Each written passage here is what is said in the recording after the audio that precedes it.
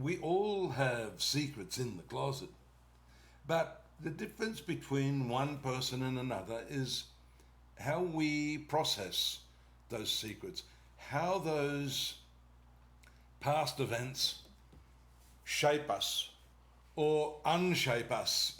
Some people are really out of shape. You know, people that use food, for example, to, I guess, suppress feelings. Be careful of that. Not all of you, but some of you see this Venus, along with Jupiter, is notorious for sensual living, overeating, overindulgence. And so dealing with this conjunction of the Sun and Jupiter in your 12th house, this August 2026, which is what we're talking about, is where a lot of the focus is, your past experiences. There's Venus moving into the finance sector, but I mentioned eating and food as your go-to self-medication because this also regulates the mouth, the tongue, speech. Vedic astrologers call this Vaksthana. Vak means speech.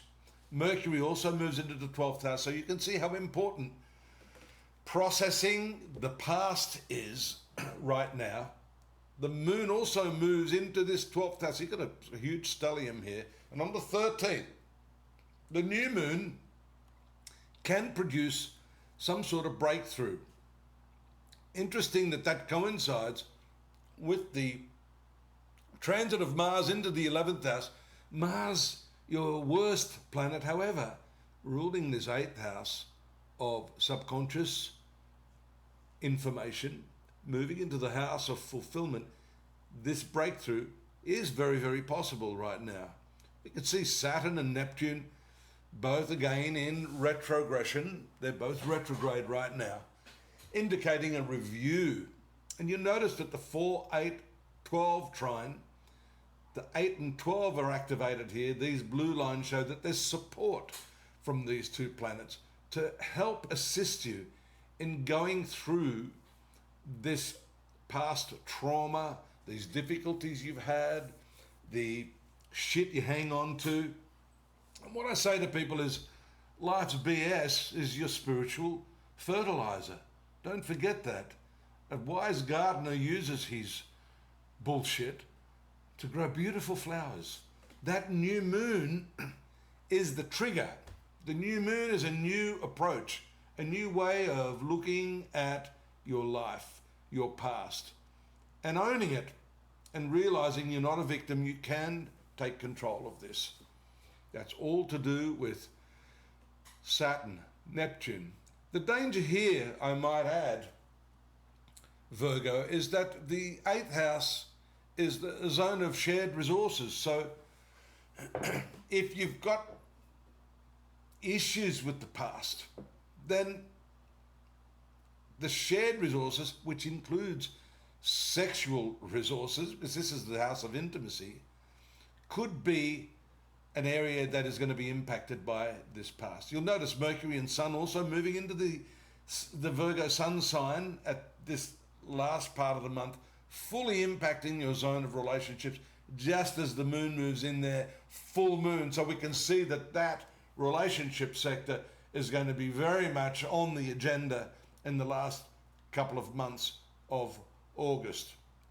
You'll see as it moves into the 8th house, the moon is going to trigger an emotional response. This is nice. Jupiter is left to its own devices in the 12th house there, beautifully aspected by the moon, which rules the zone of fulfillment, life fulfillment. So the new moon, along with that full moon, and the 8th house moon bringing up all that emotional stuff, points to some big breakthroughs for you, Virgo, in the month of August 2026.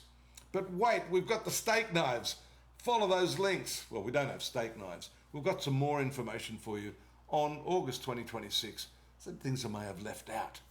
I like to move through the Oracle Express fast, so I don't bore you, give you the succinct points that are likely to occur in the coming month. Follow that link, read up on a little more if you wish.